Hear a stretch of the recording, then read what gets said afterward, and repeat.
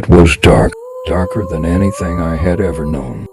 The sky above, torn open like a bleeding wound, poured chaos upon the earth. Qyamat had begun. The screams of millions filled the air, echoing through the cracks of the shattered ground.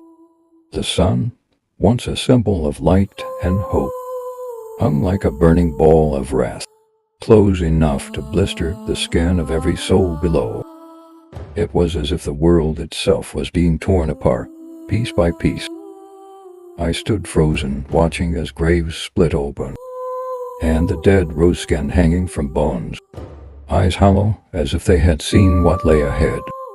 Above us, the angels, towering and fierce, swept down with wings that seemed to block out what little light remained. Their faces, they weren't like the peaceful images we were told of in life. No, their eyes were filled with judgment, their expressions cold and merciless. His breathing quickened, his hands gripping his knees as if steadying himself. The earth under my feet cracked open like a monster's mouth, and from it, a sound, a voice, no, a cry, a deep, guttural wail that rose from the depths of hell itself. "I'm waiting for you." It sounded as if the fire itself had come to life, taunting us, hungry for our souls. The ground beneath us trembled in response, eager to swallow the sinful. He shuddered, his voice cracking with fear. I was there when the angels began pulling us towards the scales, where our deeds were weighed. The fire from below burned hotter as each soul was judged.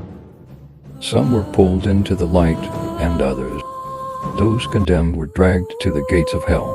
As I approached, I heard it again, the voice of hell, louder, fiercer, echoing from the depths.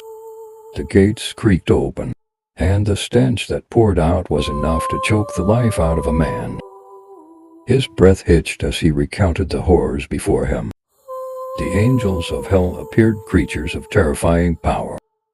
Their eyes were like burning coals, their wings darkened with the shadows of the damned.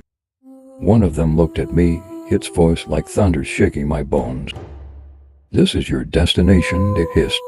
"For every sin you indulged in, every prayer you neglected, now you will taste what you have earned." The man closed his eyes, his voice barely above a whisper. The angel's hand was colder than death itself as it gripped my arm. For hell does not tire, and then, with a terrifying roar, the ground beneath me gave way, and I fell into the pit of fire. The man closed his eyes, his voice barely above a whisper. The angel's hand was colder than death itself as it gripped my arm. For hell does not tire, and then, and I fell into the pit of fire. Tears streamed down his face, his body trembling violently. The fire, it wasn't like anything I had ever imagined. It burned not just the skin, but the soul itself. It twisted and wrapped around me, pulling me deeper into its embrace. My screams, they echoed into nothing, drowned by the constant cries of others who were already there, suffering in unimaginable ways. He clutched his chest, his breath shallow. And then, I saw the Zakum tree. Its fruits, like the heads of devils, were offered to the damned. They looked like they could provide relief, but the moment you swallowed them, it felt like swallowing molten lead. I could feel it burning its way down, searing every inch of my insides. His voice broke again, haunted by the memory. The angels never left us in peace. Their whips, made of fire and iron, struck with every movement. And hell itself, it cried out, demanding more. "Bring them to me," the voice howled. "I am waiting for them all." The man's eyes darted around, as if he could still hear that voice.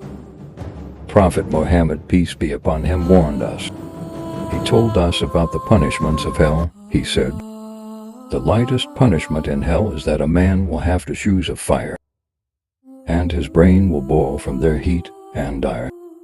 I have felt the truth of those words. He collapsed to his knees, sobbing.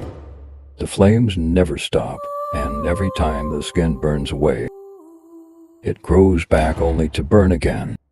I tried to claw my way out, to find some escape, but the more I fought, the deeper I sank. Chains of molten iron wrapped around my limbs, dragging me down. And the angels, they watched, their faces unmoved. "This is what you chose," they said, "when you turned away from the path of righteousness." His voice, now hoarse and broken, carried the weight of unending suffering. I heard the words of the prophet, peace be upon him, echo in my mind. "The fire of hell is black and dark, and it devours everything in its path, but nothing could have prepared me for the reality." He looked up, his eyes empty, devoid of hope. "Hell is alive. It calls for us. It waits for those who turn away from the truth.